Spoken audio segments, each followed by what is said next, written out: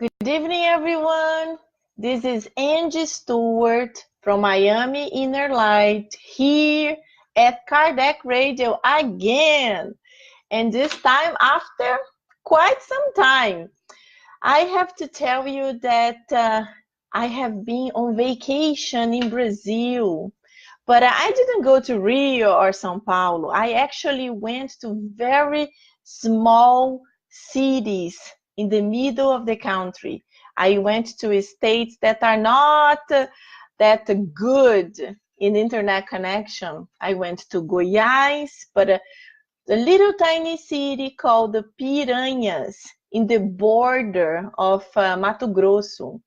And then I went to another state called Tocantins. And in Tocantins, I was in another city called Palmas. No, I'm sorry. Palmas is actually the capital. I went to Paraíso, it's a smaller city. Anyway, I did not stay in the city. I stayed in the farmland, enjoying the farm of my family, my cousins, my uncles, aunts. And the internet connection, as you can imagine, was not that good. I barely could post some pictures on Facebook and answer some WhatsApp messages. So it was impossible to be able to fully connect, to have like a live session and a video session as I imagined I could have done it from there. So it couldn't happen, but today I'm here and I'm back and I'm very happy to be able to be back to United States, to be able to be back to Miami, to my home, and also to our studies, because it's so important for us. Wherever we go, we continue with our practices. So when I was traveling, I was still doing the gospel at home. I went to few spiritist centers and I continue my practice. I gave a lecture, so I felt really good to be able to bring a little bit of my little tiny knowledge to some people, and it was really good. So we are back and we are gonna catch up from where we were before. So the last time we were studying our wonderful book Thought and Life by the Spirit of Emmanuel through the mediumship of Chico Xavier. And last time we had studied the chapter 19, Prosperity. And today we are picking up chapter 20. We are going to be reading Habit. And if you do not have the book, please go to Miami InnerLight on Facebook. It's a page, and there you can go through photos. You're going to see the picture of the book, and you will be able to access the page. It's chapter 20, page 77. So it makes it easier for you to read and also to listen to me. Then we can all make comments, and you can ask questions, and we can all learn together. So let's go. Let me just say hello to the ones who are already here. So let's see. Oh, my friend Laura. Hey, Laura from Connecticut. That's so nice to see you. Very good. Welcome. Carla Marquez, my friend. Very good. Thank you for being here. Hipólito Rebolo. Hello, Hipólito. Welcome. Nice to see you here. Sol Souza. Hey, my friend Sol. You're always here. This is so nice to see you. I'm sure you were able to go to the Kardec Radio event of the first international event for teenagers. I'm so happy you went. I wish I could be there, but I was still traveling. I will organize myself, and next year I can bring my teenager there too. So it will be another blessing for all of us to continue this beautiful event that was the first international spiritist event for our youth, our teens. So as I said, let's go to the book Thought and Life, chapter 20, and I will start I will start reading. Hello, Claudia Garces. Hello, hello. How are you? Welcome. So as I always do, I will read, and when I finish, I will be back to do comments, and whatever you guys want to ask or whatever you want to comment, please do so. Write it here, and we can interact a little bit, okay? So let's go. Habit. Habit is the accumulation of mental reflexes whose function is to induce routine. We inherit thousands of years of repeated experiences, each one similar to the other. Up to now, we have been like a boat carried away by a river of habits to which we have offered no resistance. Therefore, with few exceptions, we have become consumers of other people's thoughts by an automatic reflex action of the mind. Consequently, we exaggerate our needs and refuse to adopt simpler standards of living, which could make our life easier. We then become defensive regarding our demands and cruel towards our neighbor. And when we hurt that person, we hurt ourselves. This also causes us to create a complex mechanism of caution and distrust that reaches beyond the need of self-preservation.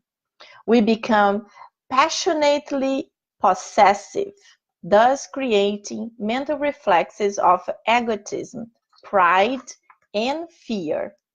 In a vain desire to elude divine laws.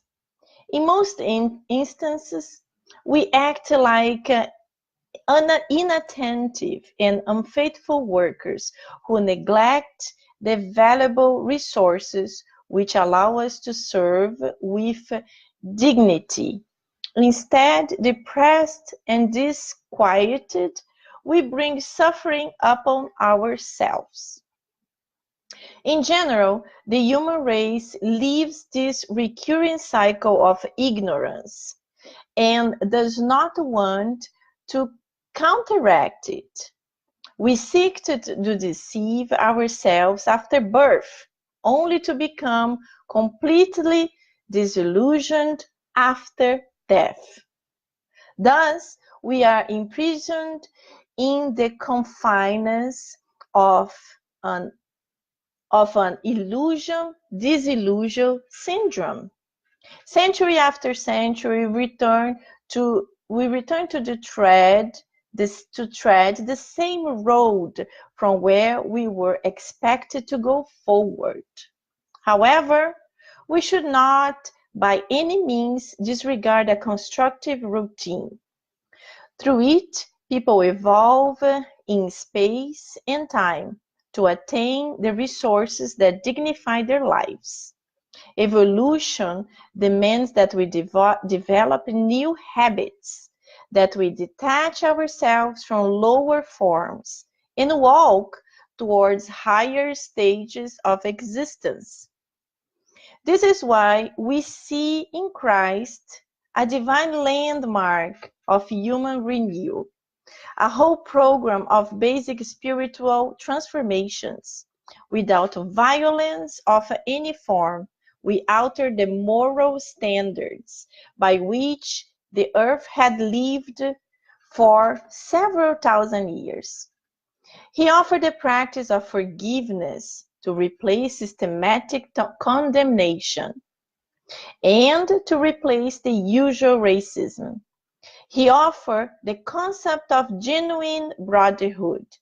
To uplift sadness and discouragement, he gave us the Beatitudes. As a comfort to the afflicted who know how to wait, and to the righteous who know how to suffer. Jesus apostleship became a resplendent set of reflexes aimed to the redemption of the human way. He taught the virtue of simplicity when he began his pilgrimage among humanity. Just one thing, my computer wanted to shut down. I'm sorry, let's read again. He taught the virtue of simplicity when he began his pilgrimage amongst humanity that originated in the manger.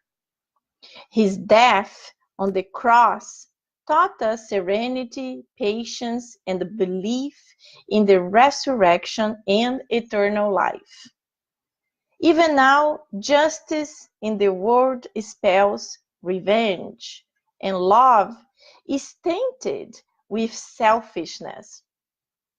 This is due to our unreasonable attitudes during all the millennia that preceded today. However, we cannot ignore the fact that only kindness and understanding reflect true happiness, as it is then that we nurture real goodness.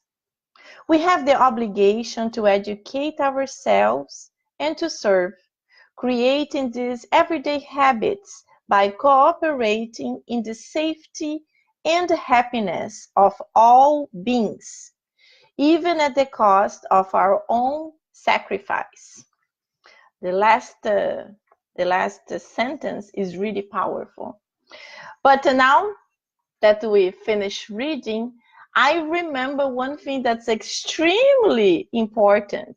And just because I was telling everybody that I was away and I was without the internet and blah, blah, blah, I forgot to do it. So as I always do it, the first few minutes, we take really few minutes just to close our eyes, to relax and to do a prayer. And I always tell everybody, if you have water, so you can put it there because the enlightened spirits will bless it for us. So I just invite you now to relax for a second while we pray and we can start the comments of the lesson. Dear God, beloved Master Jesus, thank you so much for the blessings of being here tonight again, studying this beautiful book, being able to connect with the enlightened spirits, to receive some inspiration, to help all our friends and myself to be guided, to fully understand the message, but most of all, to be able to practice what we understand from it. So please stay with us, guide us, and thank you. So be it. So my friends, I did things backwards today. But let's go to start commenting on this beautiful chapter. So, hey, Daniela Stefanelli, my dear, I miss you so much. How is New York and New Jersey? Nice to see you here. Claudia Pietrovich, very good. I hope you arrive in Florida soon. Hey, Susana Simões, welcome. I will see you in few days. So, okay, so now that we read the chapter, let's start commenting little by little. And please, if you have comments, if you have ideas, questions, write it and we will answer together, okay? So the first sentence, habit is the accumulation of mental reflexes whose function is to induce routine. Routine. So routine is something that we do a lot. We do almost automatically. It's something that we don't think too much. It's like a habit. We do it. So he continues. We inherit thousands of years of repeated experience, each one similar to the other.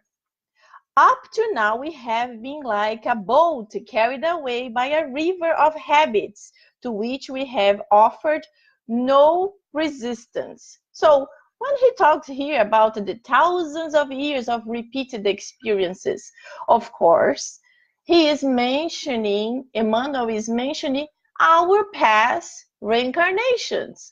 We come back in different bodies. It's the same spirit incarnated in different bodies, and we have different experiences. But as he mentions here, we have a tendency of repeating a lot the same things. And when we talk about repeating a lot, we could use it in a positive way, but we could also use it in a negative way. Let's imagine a person that is really good with music. So if you repeat it a lot, the tendency is getting better and better and better. But what about something negative? What about if you have a tendency to be violent or envious or malicious, or a person that really likes to talk about the lives of others?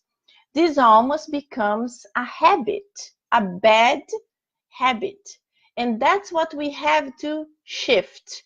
That's what we have to understand, that this is not good for us to continue doing. And that's what Emmanuel is describing, these habits, these mental reflexes that we have a tendency of repeat. And then he continues. In the third paragraph, he says, consequently, we exaggerate our needs and refuse to adopt simpler standards of living. This is in the middle of the paragraph. So the paragraph is, therefore, with few exceptions, we have become consumers of other people's thoughts by automatic reflex, action of the mind. And then comes the sentence. Consequently, we exaggerate our needs and refuse to adopt simpler standards of living, which could make our life easier. So when I read this sentence, I really remember a book that I recently read. And this book talks about the minimalistic concept. And it's minimalistic really in everything. So this woman, she starts describing how she felt better in living with less in every sense. Less clothes, less shoes, less bags, less furniture. So she started describing the feeling was a feeling of letting it go and actually feeling good about it. Because if you really think, if you really analyze, like I just did, I mentioned you that this weekend I returned from a vacation, a long vacation, and I traveled with one bag. So you travel with one bag and everything was great. So why can't we live with one bag? Yes, you're going to say, oh, it's difficult traveling. We do this, we do that. It's okay for that time. Yes, it is. It is okay for that time. But if you really think, you do not need so many things that sometimes a lot of people become slaves of things. They do not possess shoes. The shoes possess them. And, I'm not, I don't want you to think that I donated all my shoes, because I didn't. But I really have a tendency of analyzing nowadays, do I need one of every single color and every single style? No, I don't. Of course, when you get older, things are easier too. When you're younger, and especially if you're a single, you have a tendency of, oh, I have to show off. But when you reach to a point in your mind that you understand, I don't need so many things to be happy, you actually become happy. And in everything, like we have a tendency of eating so much and putting so much in the plate. And then you can't even finish the plate. You are so full, and all that food goes to the garbage.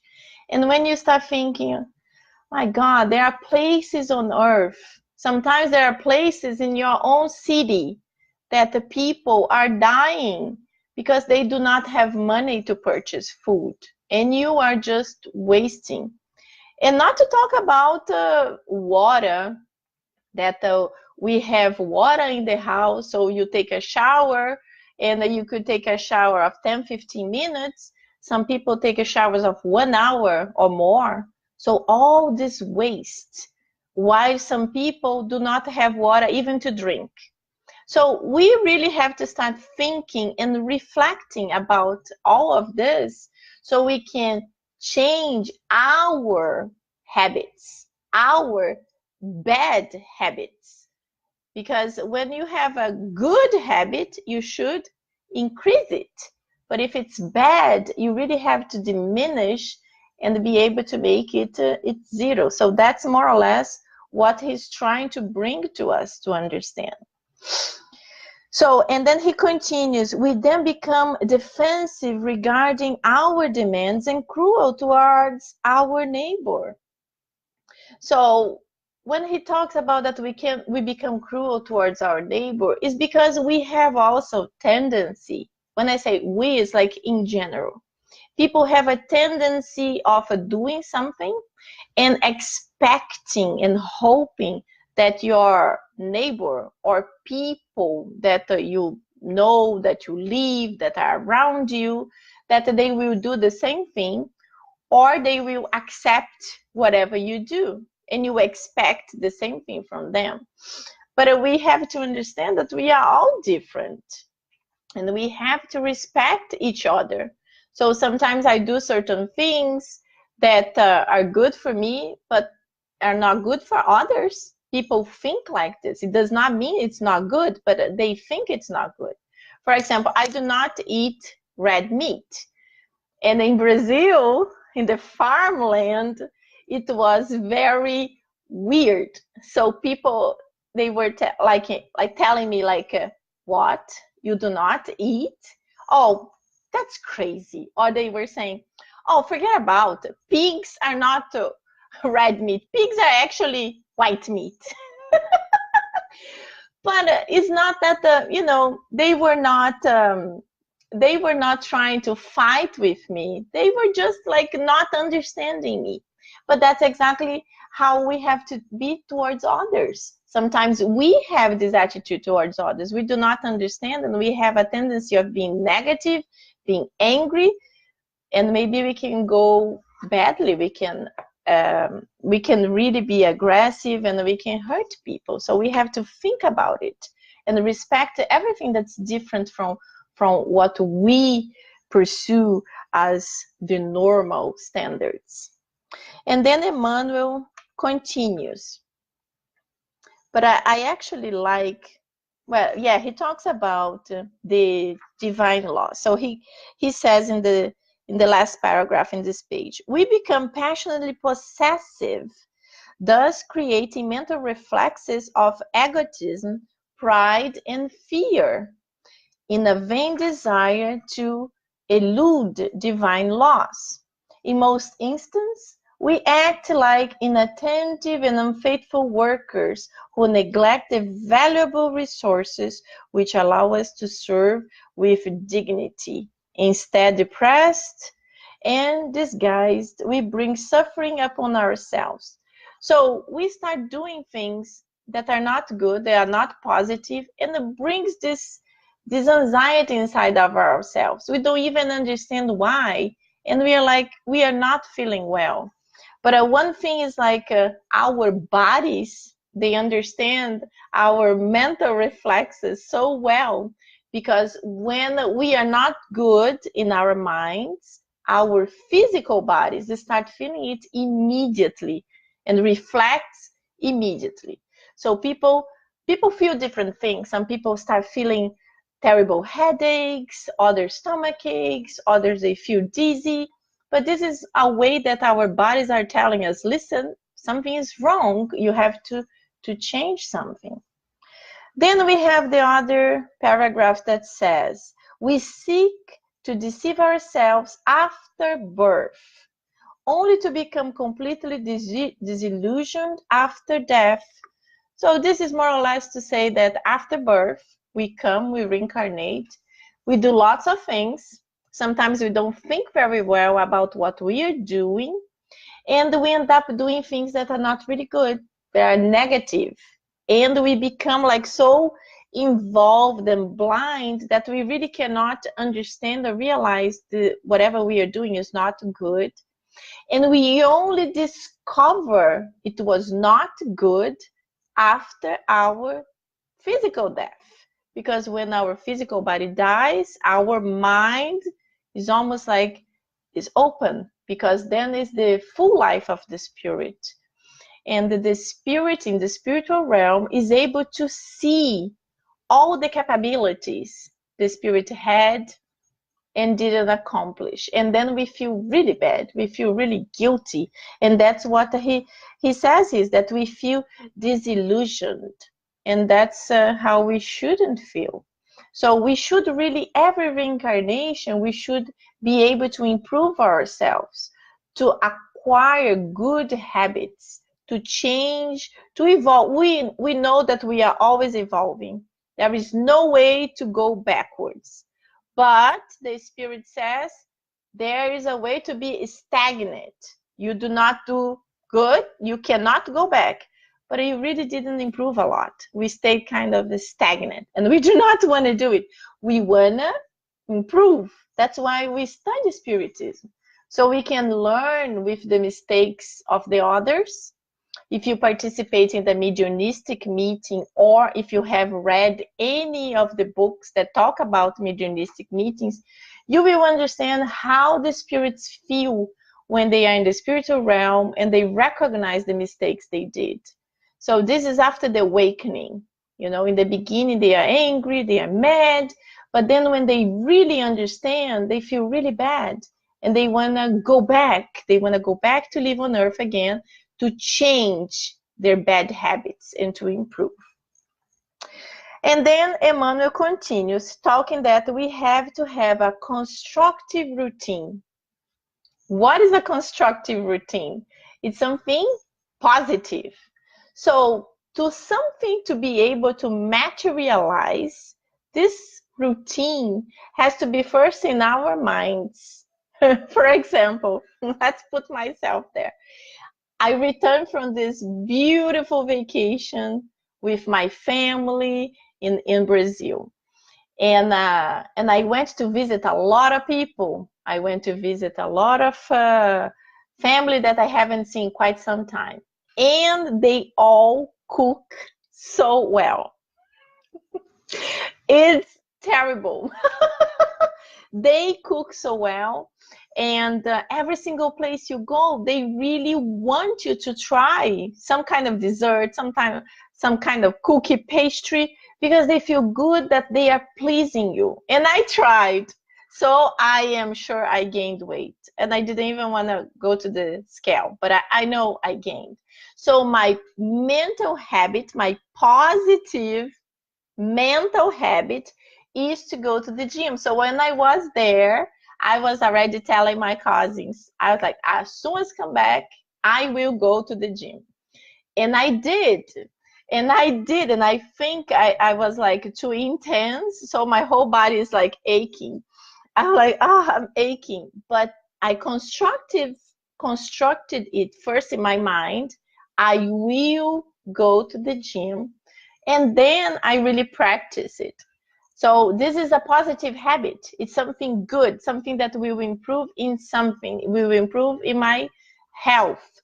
But we can even say in many other ways, in much better ways. Like you can start thinking, I will do something positive every day. Let's imagine that you know, or you used to talk a lot about people with bad habits, or people that are not really nice people.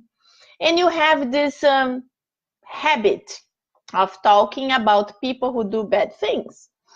And to cut this habit, I cannot tell you that you're going to stop talking, because we have a tendency of talking.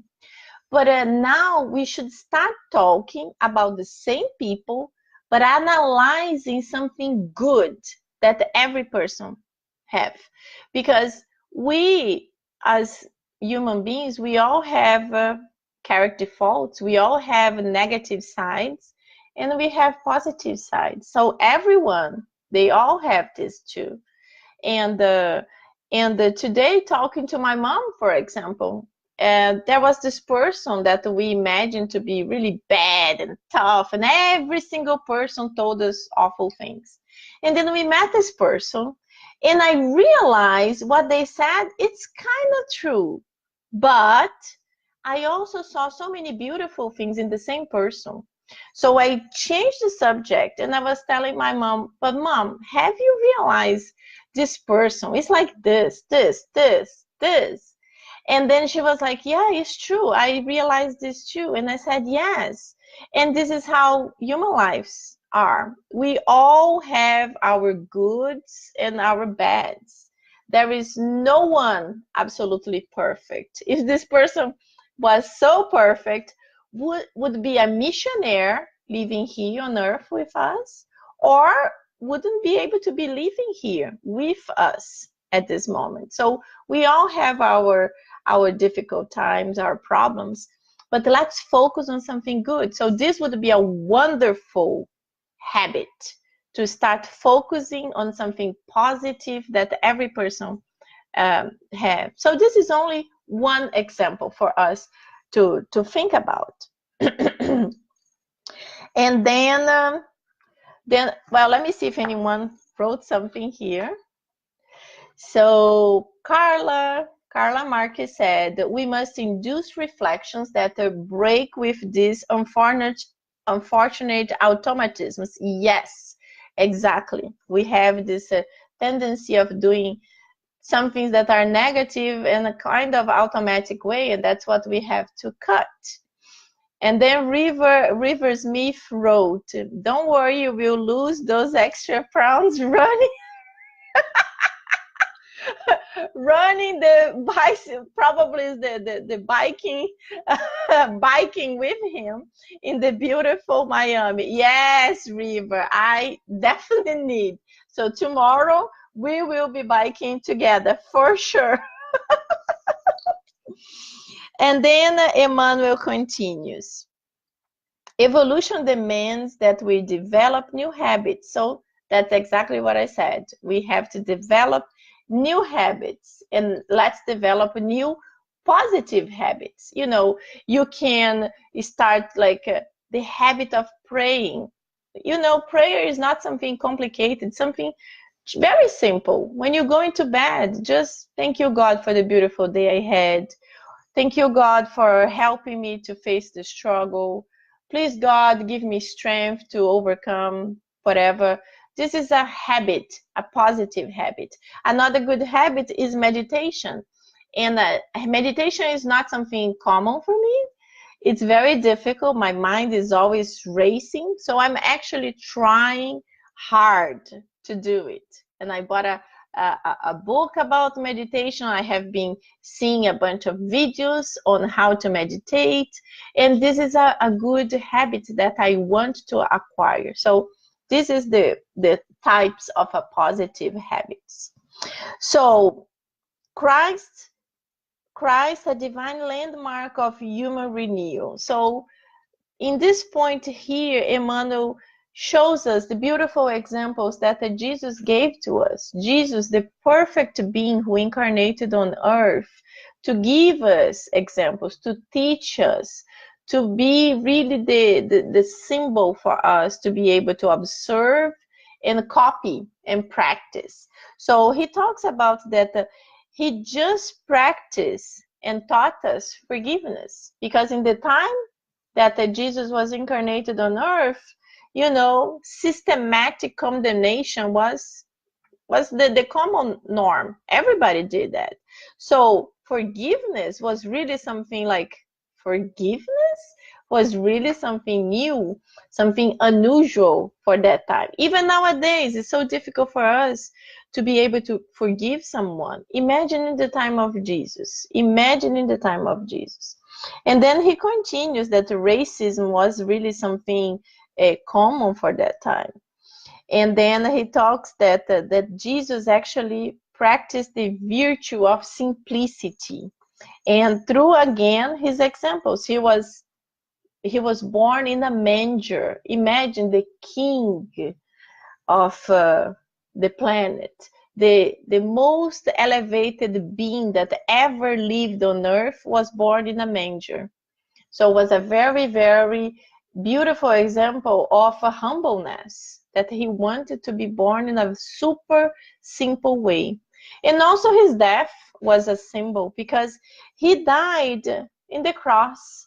He died in the cross amongst two robbers, amongst two people that they were doing bad wrongdoings. And his death was also an amazing symbol, because dying that way, and then when he was able to come back to talk to the apostles, he was teaching that there is life after death, there is communication with the spirits, and the life is eternal. So even his death was a huge, huge help for all of us to be able to understand that life is eternal. So he taught us justice against revenge, and love, always love.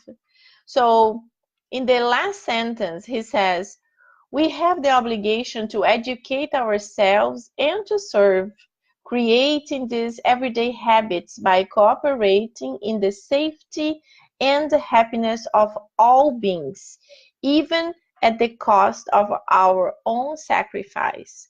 So sometimes it's so difficult for us to do a little bit of a help to somebody else. It's so difficult to be able to be charitable to someone, giving something that we already have in excess. Imagine giving something that would be really feeling like taking from us. We are still in a very tough process to be able to do it, but we will be able to reach there.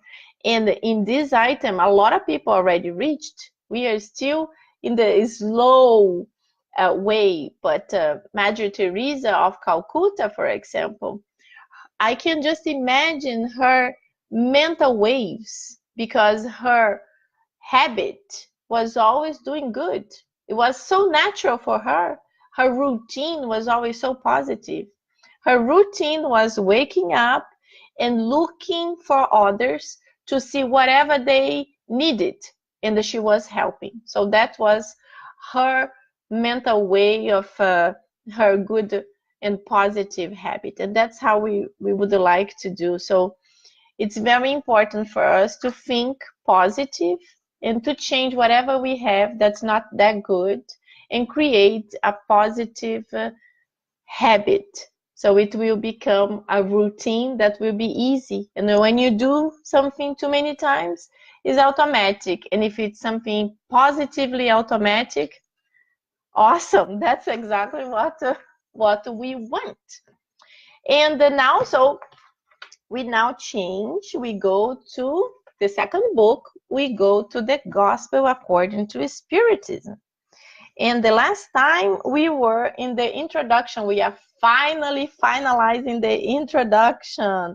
We were studying the teachings of Socrates. So Kardec separated the most important teachings of Socrates and made the comparison with Christianity and Spiritism. So we can fully understand what Socrates was saying in that time, that I always love to say that Socrates was born in 469 before Christ, and we are now in 2018.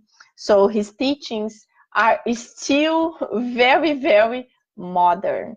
So we stopped in introduction, page 49, item number 20. So I will read it. 20. All humans, starting from infancy, do much more evil than good. And then Kardec comments. These words by Socrates touch on the serious issue of a predominance of evil on the earth, an issue that is unsolvable without the knowledge of the plurality of the worlds and the destiny of the earth, upon which only a small fraction of humanity dwells.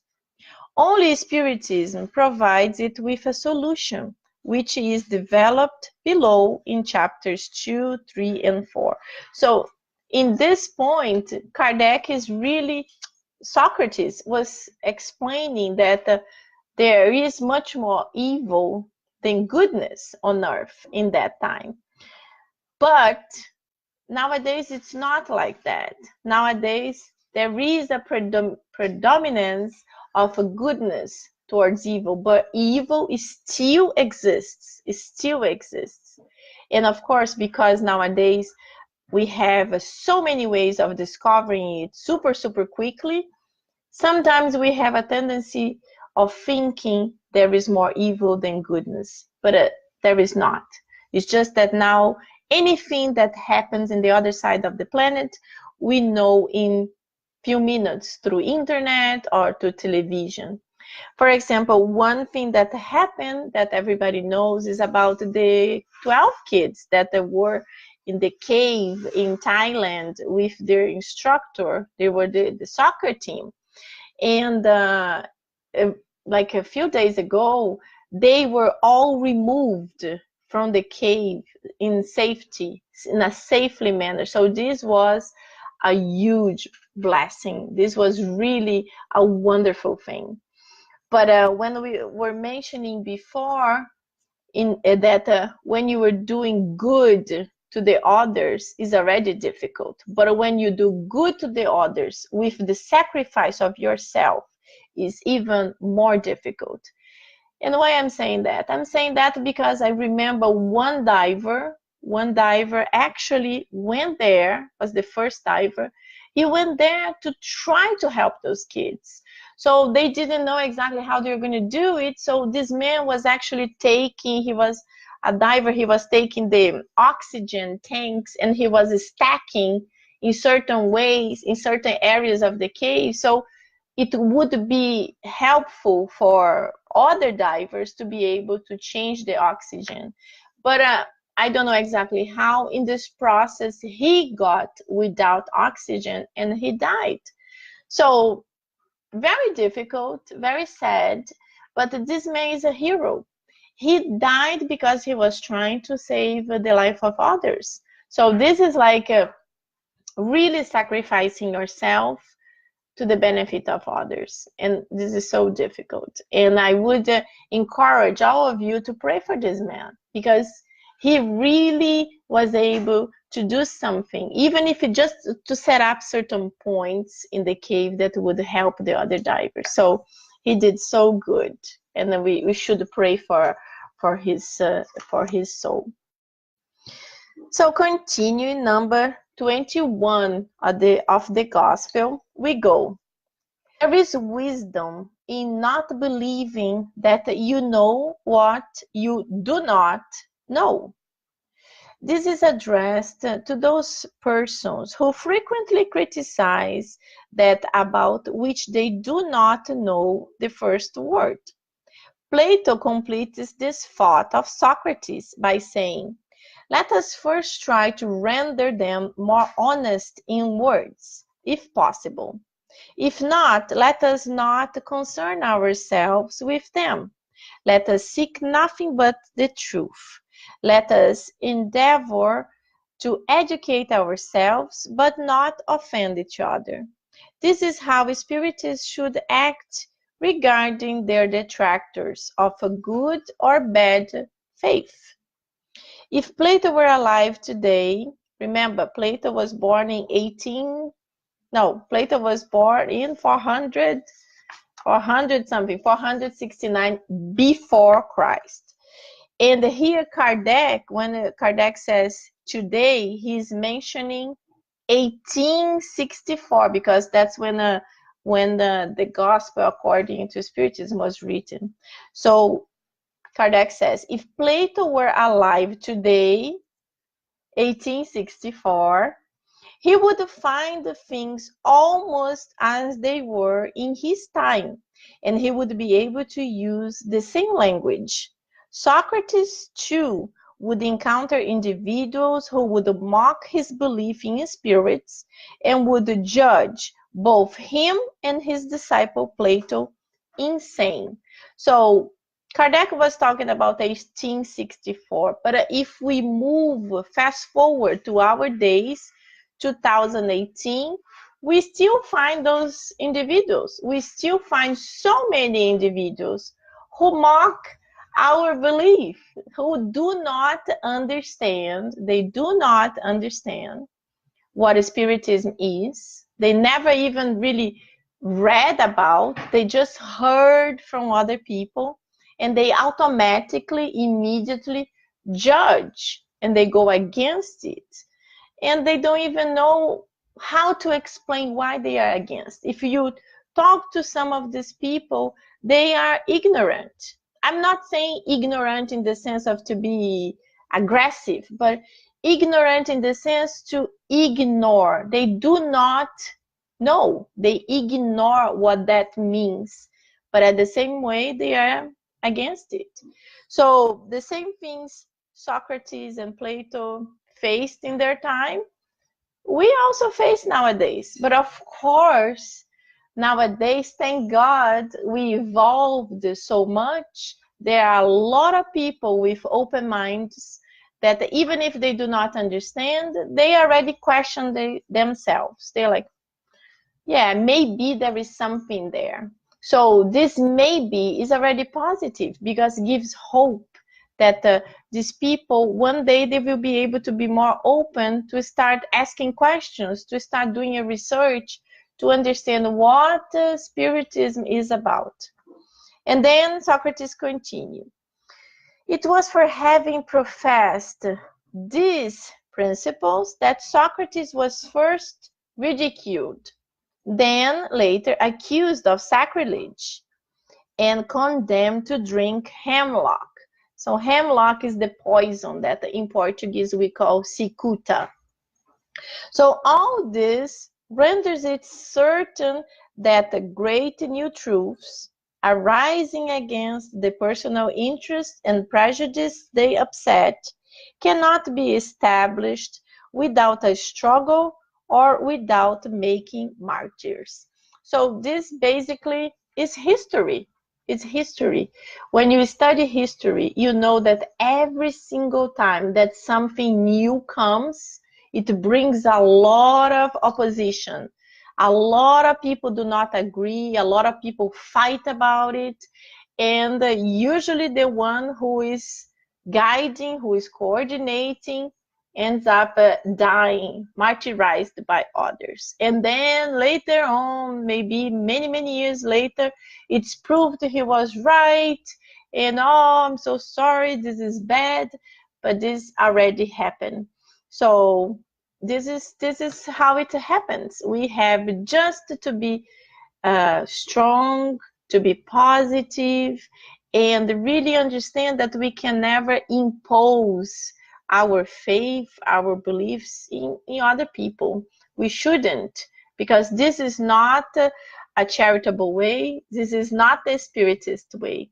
So in Spiritism, we should never try to impose what we believe in others, but we should clarify if somebody wants to know, if somebody is asking a question. Yes, we should clarify, we should explain what it is.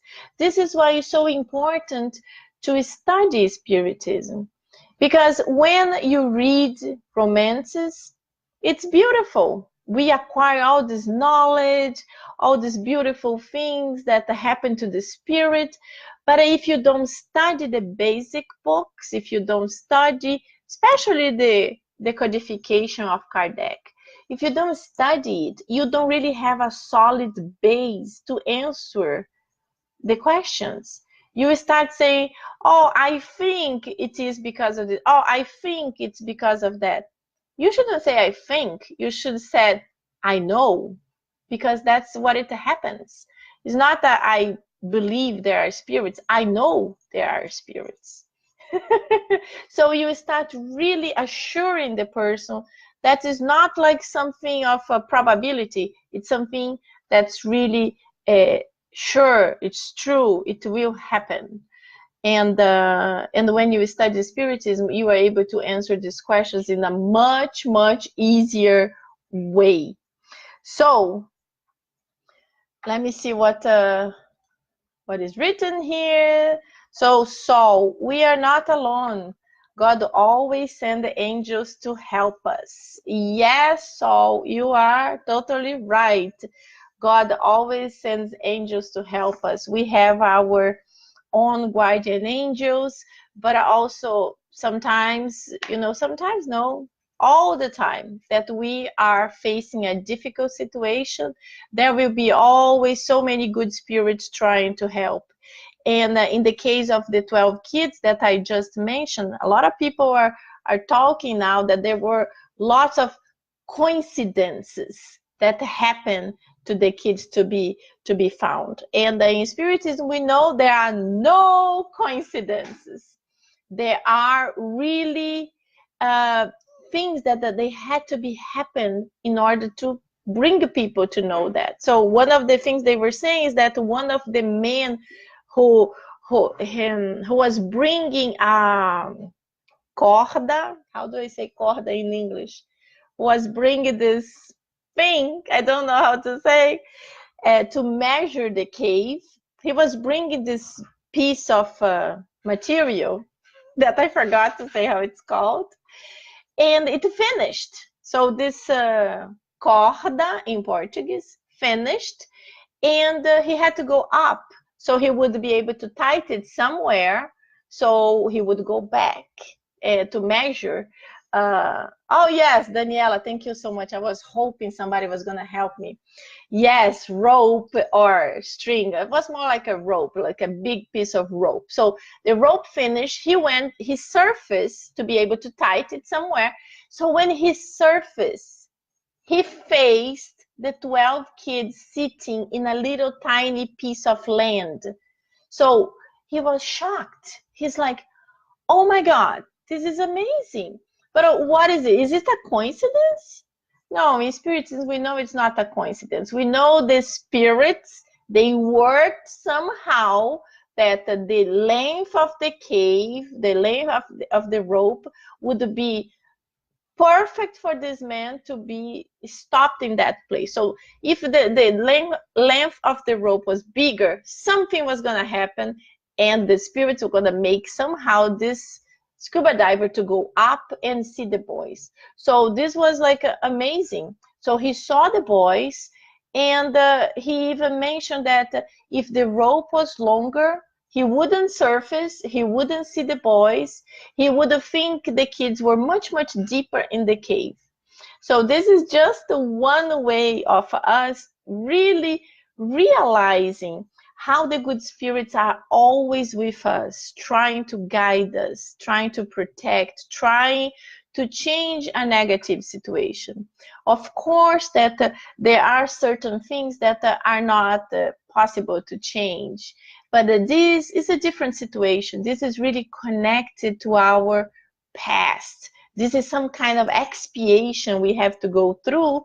And in this case, the spirits wouldn't change it, because this would be a necessary teaching for those people to learn.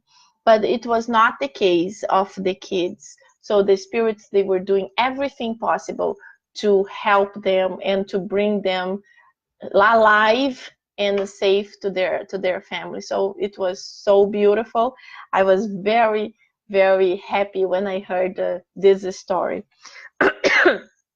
So we have now an exciting moment. We are starting the chapter 1 of the Gospel according to Spiritism. This is awesome. We have just 5 minutes for this. Hello, Ele Montecilio. How are you? Welcome. So let's read. Let's start reading, even if we can't do much today. But the chapter 1, it's very beautiful. I love to start reading the books in detail, because we really start understanding little by little. And the chapter 1, the title is, I have not come to destroy the law. And then it will talk about the 3 revelations: Moses, Christ, and Spiritism. And I like to say that they are really connected. And if we could think about something other than Moses, Christ, and Spiritism, you could imagine Moses as being like the base of the solid construction. So this is Moses. He is the cement of the ground. And then Jesus Christ, what Jesus Christ is? Jesus Christ is the building, for example. He is the construction of the building. And what is the Spiritism? Spiritism is the key of this building. So you need a key to enter the building. So this is like a image that I like to do for myself, because it basically is that. That's my understanding. And then the chapter will also talk about the alliance between science and religion, what is really important to understand. And let's start the reading. The Spirit's teachings, the new era. 1. Do not think that I have come to destroy the law or the prophets. I have not come to destroy them, but to fulfill them. For I say to you in truth that heaven and earth shall not pass away before everything in the law is perfectly fulfilled, up to one single iota and one single dot. So this is in Matthew number 5:17. And this sentence of Jesus is very beautiful, because Jesus was trying to reassure everybody that he was not there to destroy everything that was constructed, everything that was planted, especially by Moses, but he was there to fortify it, to explain it further. Even all the other prophets before Moses. So Jesus was telling, I did not come here to destroy anything. I came here to fulfill it and to help you to understand it further.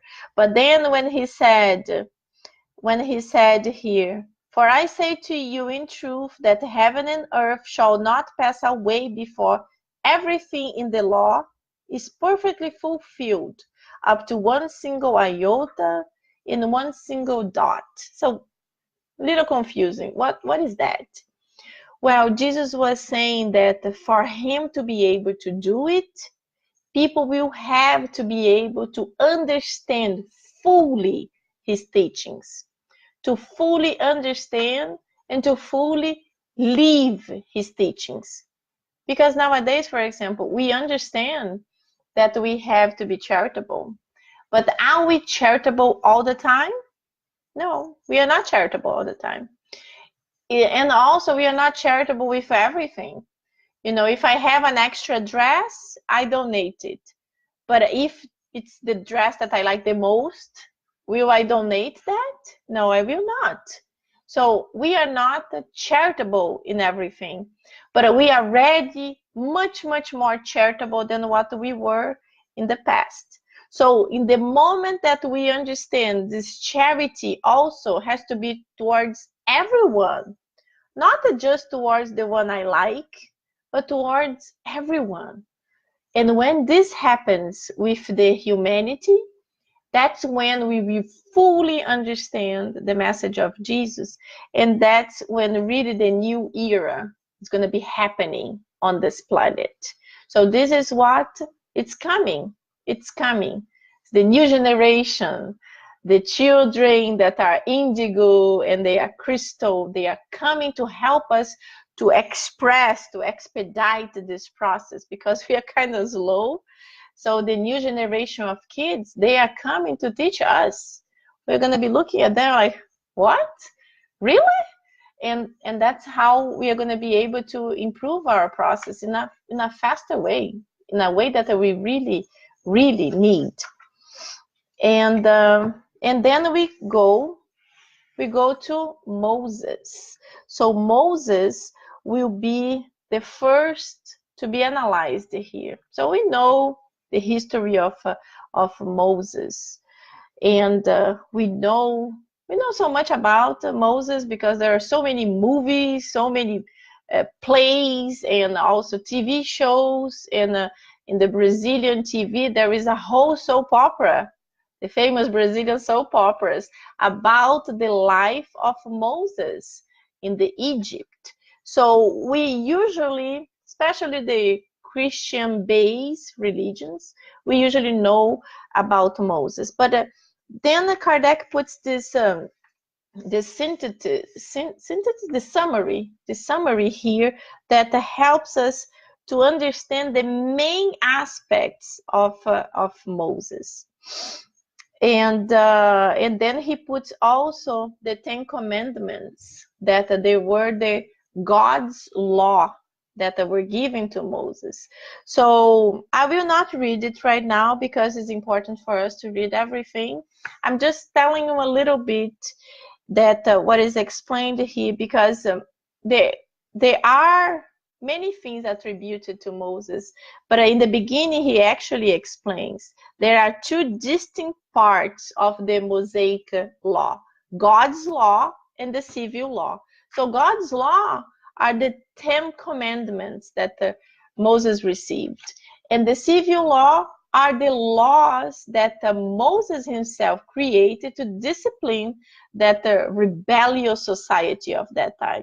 So we will go with more details in our next session, so we will be able to read everything and comment little by little. And I'm very excited that we finally reached the chapter 1. This is awesome. So my friends, let's stop right here and we comment about Moses in our next session. And now I would like to invite all of you to do a very quick prayer also, so we will feel better, we will feel relaxed, and we will have wonderful dreams. And if you do not have your water there, please run, pick up your water, and think that the enlightened spirits will be blessing it.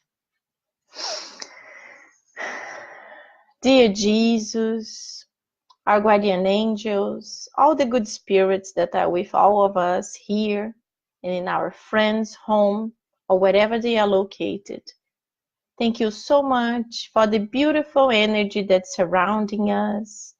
Thank you so much for the love that we are all receiving.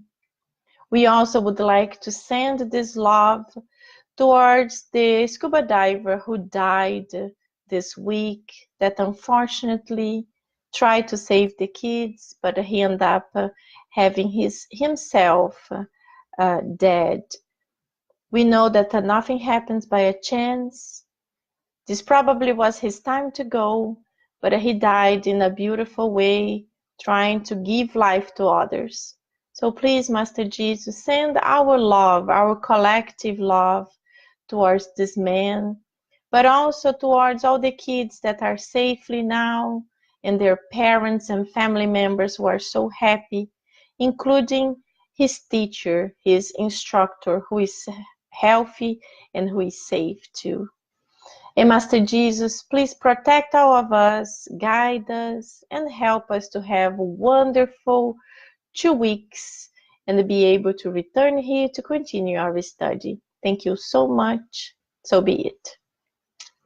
So my friends, it was awesome to be back to our simple study here in Miami InnerLight. I hope you enjoyed, and I hope you come back again and again and again. I already schedule everything. If you go to Miami InnerLight calendar, you will see our study. It will be in another 2 weeks, not next week, but the following one. Thank you and see you soon. Bye-bye. Have a great night. God bless everyone. Bye.